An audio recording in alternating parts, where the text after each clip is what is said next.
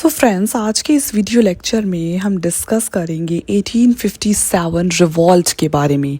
हालांकि ये टॉपिक अपने आप में बहुत बड़ा है, लेकिन फिर भी हम कोशिश करेंगे इसे पार्ट्स में तोड़कर डिस्कस करने की, ताकि हर एक पहलू को और हर एक चीज़ को काफ़ी बारीकी से और बहुत ही समझते हुए आगे बढ़ा जाए। तो चलिए स्टार्ट करते हैं। तो बैटल ऑफ प्लासी और रिवॉल्ट ऑफ 1857 के बीच कुछ 100 ईयर्स का गैप था। ये वो 100 ईयर्स थे जिसमें ब्रिटिशर्स ने इंडिया को एनेक्स करने की हर संभव कोशिश की।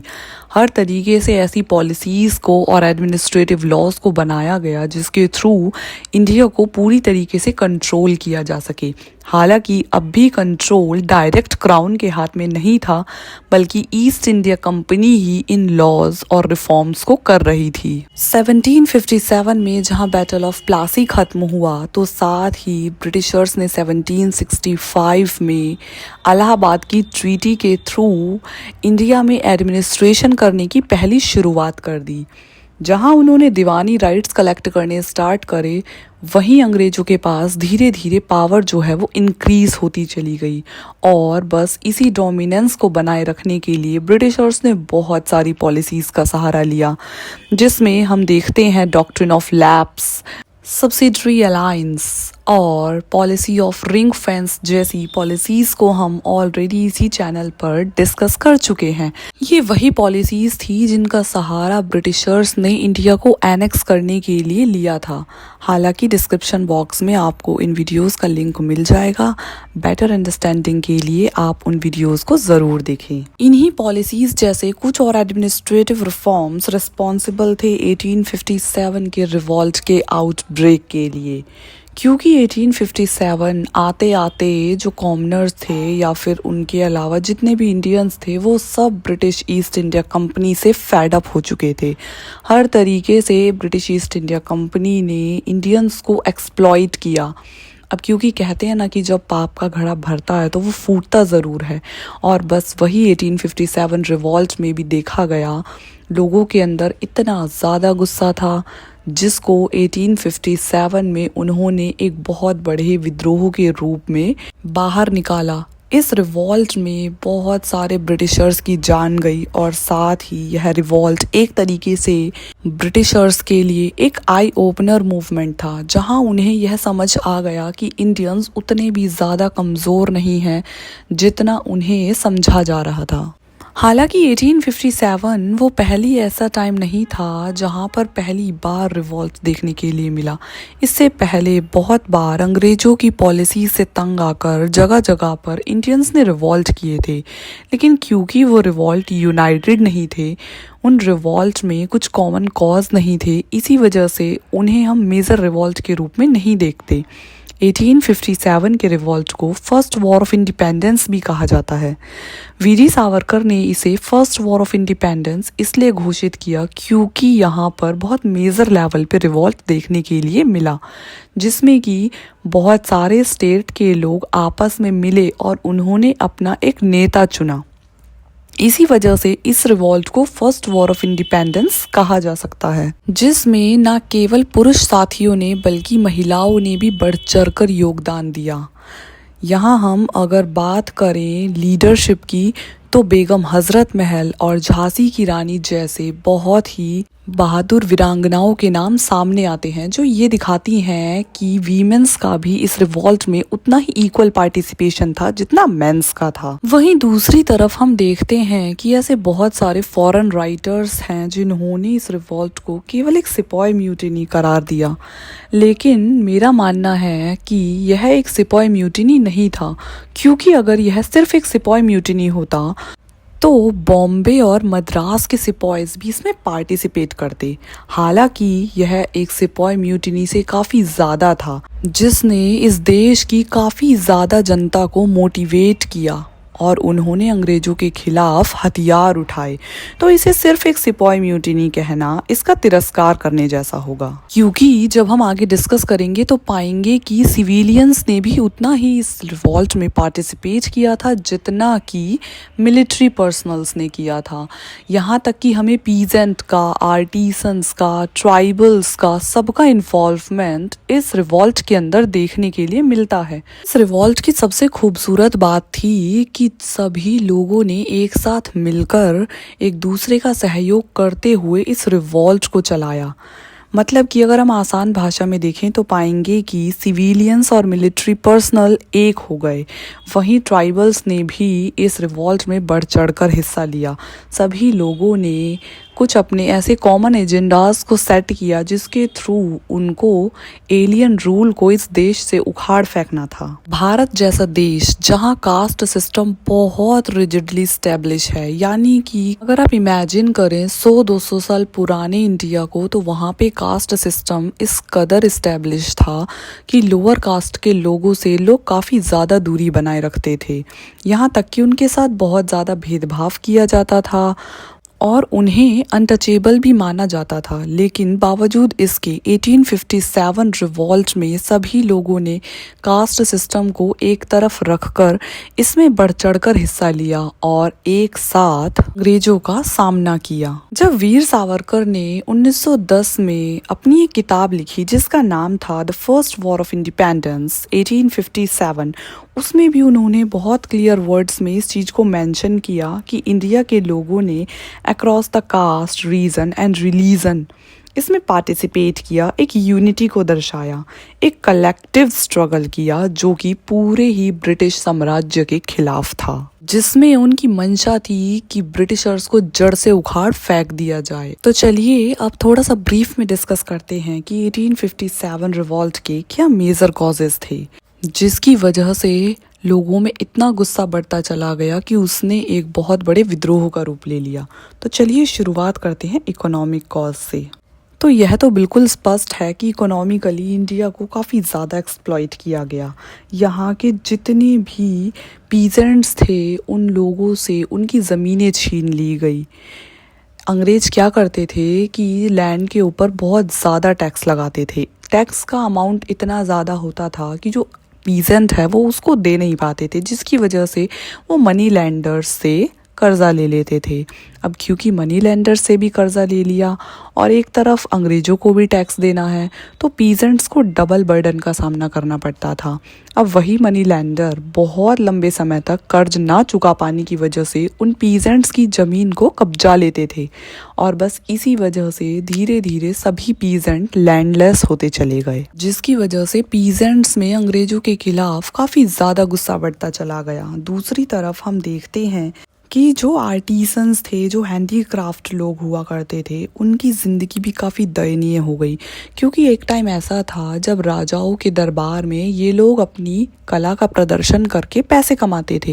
लेकिन क्योंकि अंग्रेज़ों ने धीरे धीरे सभी राज्यों पर कब्जा कर लिया, बहुत सारे राजाओं को अपना पेंशनर बना दिया, जिसकी वजह से अब ये जो आर्टिसंस हैं इनकी ज़िंदगियां भी ख़राब हो गई, यानी अनएम्प्लॉयड हो गए और ले देकर इनके पास भी रोज़गार का कोई दूसरा उपाय नहीं बचा।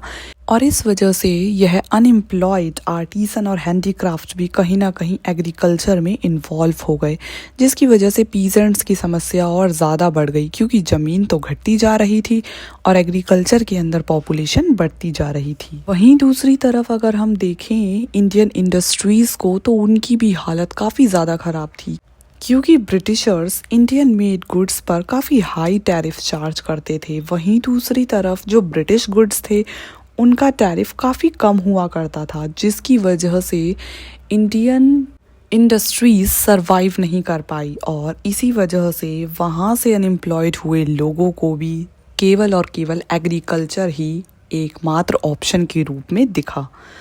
इसी वजह से इंडिया की जो पूरी अर्थव्यवस्था थी वो डगमगा गई और इसी के चलते इकोनॉमिक क्राइसिस बहुत लंबे समय तक रहे।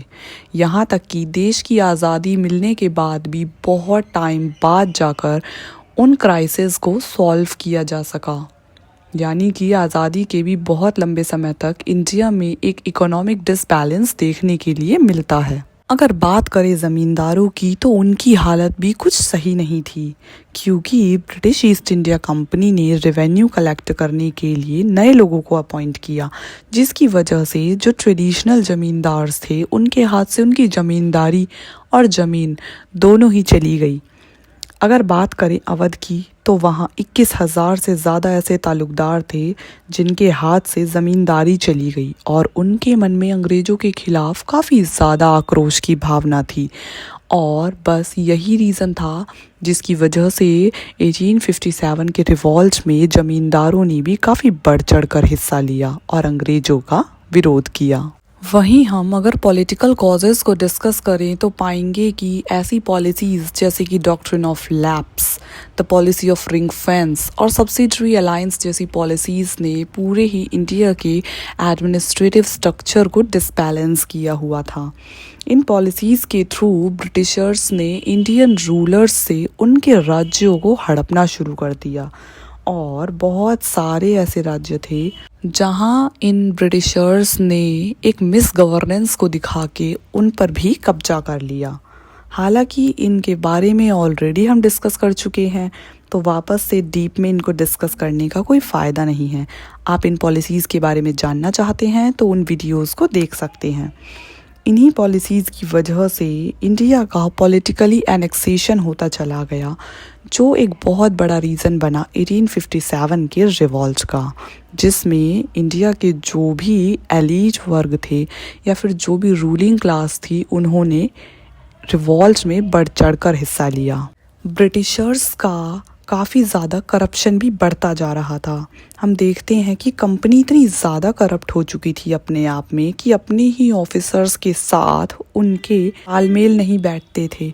वहीं इंग्लैंड में बैठी हुई क्वीन भी इन सभी चीज़ों को काफ़ी बारीकी से ऑब्ज़र्व कर रही थी, क्योंकि इस करप्शन की भनक इंग्लैंड तक पहुंच चुकी थी। हालांकि कुछ ऐसे हिस्टोरियंस हैं जिनका मानना है कि आज भारत में जितना करप्शन देखने के लिए मिलता है, इसकी legacy British east India company के टाइम से ही शुरू हो चुकी थी। नेक्स्ट हम देखते हैं ऐसे सोशियो रिलीजियस कॉज जिसकी वजह से इस रिवॉल्ट को एक स्पार्क मिला। सोशियो रिलीजियस कॉज में हम सबसे पहले देखते हैं कि ब्रिटिशर्स जब भारत आए थे तो अपने साथ एक सुपीरियॉरिटी कॉम्प्लेक्स लेकर आए थे, यानी कि वो हमेशा से ही दूसरे लोगों से, यूरोप के लोगों को काफ़ी सुपीरियर मानते थे। उनका मानना था कि जो वाइट्स हैं वो एज अ गॉड मैसेंजर हैं और सुपीरियर हैं, जिन्हें भगवान ने दूसरे लोगों को एजुकेट और सिविलाइज्ड करने के लिए धरती पर भेजा है। अब इसी मंशा के साथ वो दूसरों को काफ़ी ज़्यादा डिमोरलाइज किया करते थे और बहुत ही बुरा बर्ताव करते थे। इस वजह से इंडियंस जो हैं वो अंग्रेज़ों को बिल्कुल नहीं पसंद करते थे। इसका दूसरा रीज़न यह भी है कि जो क्रिश्चियन मिशनरीज़ थी वो सभी लोगों को क्रिश्चियनिटी में कन्वर्ट करने की कोशिश करती रहती थी।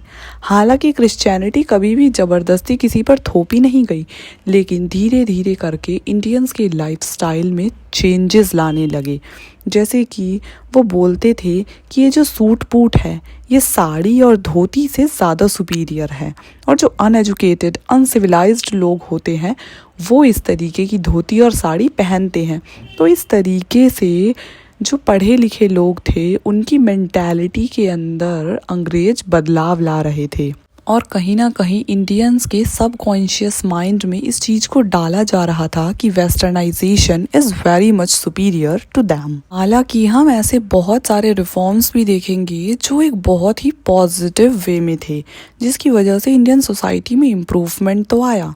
फॉर एग्जाम्पल, सती प्रथा को अबॉलिश करना, विडो रीमैरिज को सपोर्ट करना, वीमेंस एजुकेशन पर ध्यान देना, ये कुछ ऐसी पहल थी अंग्रेज़ों की जो काफ़ी सकारात्मक थी। लेकिन क्योंकि उस समय का समाज इन चीज़ों का विरोध करता था, इसीलिए इन चीज़ों को भी शक की नज़र से देखा गया। और ये कुछ ऐसे सोशियो रिलीजियस रीजंस थे जिसकी वजह से इंडियंस अंग्रेज़ों के खिलाफ हो गए।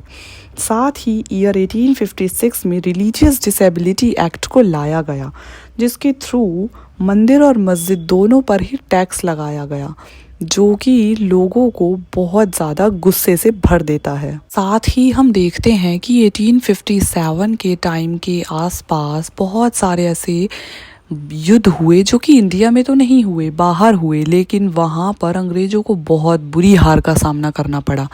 अब इंडियंस ने जब उन वॉर्स के बारे में सुना तो वो काफ़ी ज़्यादा मोटिवेट हो गए। उन्हें लगने लगा कि अब अंग्रेज़ कमज़ोर हो चुके हैं। फर्स्ट अफ़गान वॉर जो कि 1838 से 42 के बीच में चला, पंजाब वॉर जो कि 1845 से 49 के बीच में चला, और क्रीमियन वॉर जो कि 1854 से 56 के बीच में चला। ये कुछ ऐसे वॉर्स थे जहाँ पर अंग्रेज़ों को बहुत बुरी हार का सामना करना पड़ा, और बस यहीं से इंडियंस थोड़े साइकोलॉजिकली मोटिवेट हो गए। उन्हें लगने लगा कि अब सही समय आ चुका है जब हम अंग्रेज़ों के खिलाफ रिवॉल्ट कर सकते हैं, और इसके बहुत ज़्यादा चांसेस हैं कि इंडिया को अंग्रेज़ों के गुलामी से आज़ाद किया जा सकता है। वहीं हम देखते हैं कि जो सिपाही थे यानी कि जो सैनिक थे, उनके बीच में भी काफ़ी ज़्यादा डिस्कंटेंट था। जो भी सिपाहीज ब्रिटिश ईस्ट इंडिया कंपनी के अंडर में सर्विस कर रहे थे, उन सभी को कंपनी की जो कंडीशंस ऑफ सर्विस थी उससे काफ़ी प्रॉब्लम थी, क्योंकि उस टाइम के जो लोग थे वो रिलीजियसली काफ़ी ज़्यादा स्ट्रॉन्ग थे, और वो नहीं चाहते थे कि उनके रिलीजियस बिलीव्स को किसी भी तरीके से हर्ट किया जाए। वहीं ब्रिटिश ईस्ट इंडिया कंपनी ऐसे बहुत सारे रूल्स लेकर आई, जिसकी वजह से इन सिपाहीज को लगने लगा कि उनका जो धर्म है वो खतरे में है। यानी कि अगर हम देखें तो बहुत सारे ऐसे सिंबल्स थे जो रिलीजियस सिंबल्स होते हैं, जिसको ब्रिटिश ईस्ट इंडिया कंपनी ने रखने से इनकार कर दिया। फॉर एग्ज़ाम्पल, अगर कोई सिख सिपाही है तो सिख तो हमेशा ही अपने सर पे जो टर्बन होता है वो बांधते हैं, और साथ में अपने साथ बहुत सारी ऐसे रिलीजियस मार्क्स रखते हैं, जैसे वो कड़ा पहनते हैं। तो ब्रिटिश ईस्ट इंडिया कंपनी ने इन सभी चीज़ों पर प्रतिबंध लगा दिया। जो हिंदू हैं वो माथे पे तिलक लगाते हैं, जो मुस्लिम्स हैं वो दाढ़ी रखते हैं। तो इन सभी चीज़ों पर ब्रिटिश ईस्ट इंडिया कंपनी ने प्रतिबंध लगा दिया, जिसकी वजह से सिपाही में भी डिस्कंटेंट बढ़ने लगा। साथ ही हम देखते हैं कि उस टाइम के जो हिंदू हुआ करते थे वो समुद्र को पार करने को एक पाप मानते थे, और साथ ही मानते थे कि जिसने एक बार समुद्र लांघ दिया अब उसका जो धर्म है वो भ्रष्ट हो चुका है, अब वापस वो हिंदू धर्म में नहीं आ सकता। बावजूद इसके 1856 में लॉर्ड कैनिंग की गवर्नमेंट ने एक जनरल सर्विस एनलिस्टमेंट एक्ट को पास किया, जिसके थ्रू ये बोला गया कि अब जितने भी नए नए सैनिक बंगाल की आर्मी में जो है वो खुद को एनलिस्ट कराएंगे, तो उनको ये अंडरटेकिंग देनी होगी कि आप सर्विस सिर्फ इसी कंडीशन पर कर सकते हैं कि ब्रिटिश ईस्ट इंडिया कंपनी आपको किसी भी रीज़न में सर्विस के लिए भेज सकती है और आप मना नहीं कर सकते। तो इस एक्ट ने भी बहुत सारे हिंदूज़ के जो रिलीजियस सेंटिमेंट्स थे उसको बहुत ज़्यादा अफेक्ट किया। दूसरी तरफ हम देखते हैं जितने भी इंडियंस फॉरेन सर्विस में काम करते थे तो उनको फॉरेन सर्विस अलाउंसेस भी नहीं मिलता था। यहाँ तक कि जो ब्रिटिश सोल्जर्स होते थे उनकी सैलरी इंडियन सोल्जर्स से हमेशा ज़्यादा रहती थी। तो ये कुछ ऐसी रीज़न्स थे जिसकी वजह से सिपाही जो हैं अब वो काफ़ी ज़्यादा ब्रिटिश अथॉरिटी से परेशान होने लगे। दूसरी तरफ जैसे ही अवध पर अंग्रेज़ों ने पूरी तरीके से कब्जा कर लिया, अब अवध क्योंकि सैनिकों का एक गढ़ था, बहुत सारे सैनिक केवल और केवल अवध से आया करते थे, उन सभी के सेंटिमेंट्स को काफ़ी दुख पहुंचा। जितने भी इंडियन सिपाही थे उनको हमेशा एक सबॉर्डिनेट की तरह ट्रीट किया जाता था, हर जगह उनके साथ डिस्क्रिमिनेशन होता था, चाहे वो प्रमोशन हो या प्रिविलेजेस, सबसे आगे ब्रिटिश सिपाही को रखा जाता था। इस वजह से इंडियन सिपाही काफ़ी ज़्यादा ब्रिटिशर्स की पॉलिसी से आहत थे। इसी के साथ हम ये भी देखते हैं कि जो एक सिपाही है कहीं ना कहीं वो एक किसान परिवार से आता है, तो यानी कि वो एक यूनिफॉर्म पहना हुआ किसान ही तो है। अब क्योंकि ये सभी लोग कहीं ना कहीं अपनी फैमिली से बहुत ज़्यादा अटैच थे और ये देख रहे थे कि किस तरीके से ब्रिटिशर्स का अत्याचार हर वर्ग के लोगों पर बढ़ता जा रहा है। इस वजह से भी जो सिपाही हैं उनके अंदर ब्रिटिशर्स के खिलाफ नफ़रत बढ़ने लगी और बस अब यही नफ़रत कहीं ना कहीं रिवॉल्ट का रूप ले लेगी। सो आज की वीडियो में बस इतना ही। नेक्स्ट वीडियो में हम डिस्कस करेंगे कि किस तरीके से रिवॉल्ट फैला, कहाँ कहाँ पर कौन से लीडर्स ने नेतृत्व संभाला और किस तरीके से ये रिवॉल्ट इतना ज़्यादा भीषण हो गया जिसकी भेंट बहुत सारे अंग्रेज चढ़ गए। तो चलिए मिलते हैं नए वीडियो में एक नई ऊर्जा के साथ। Thanks for watching.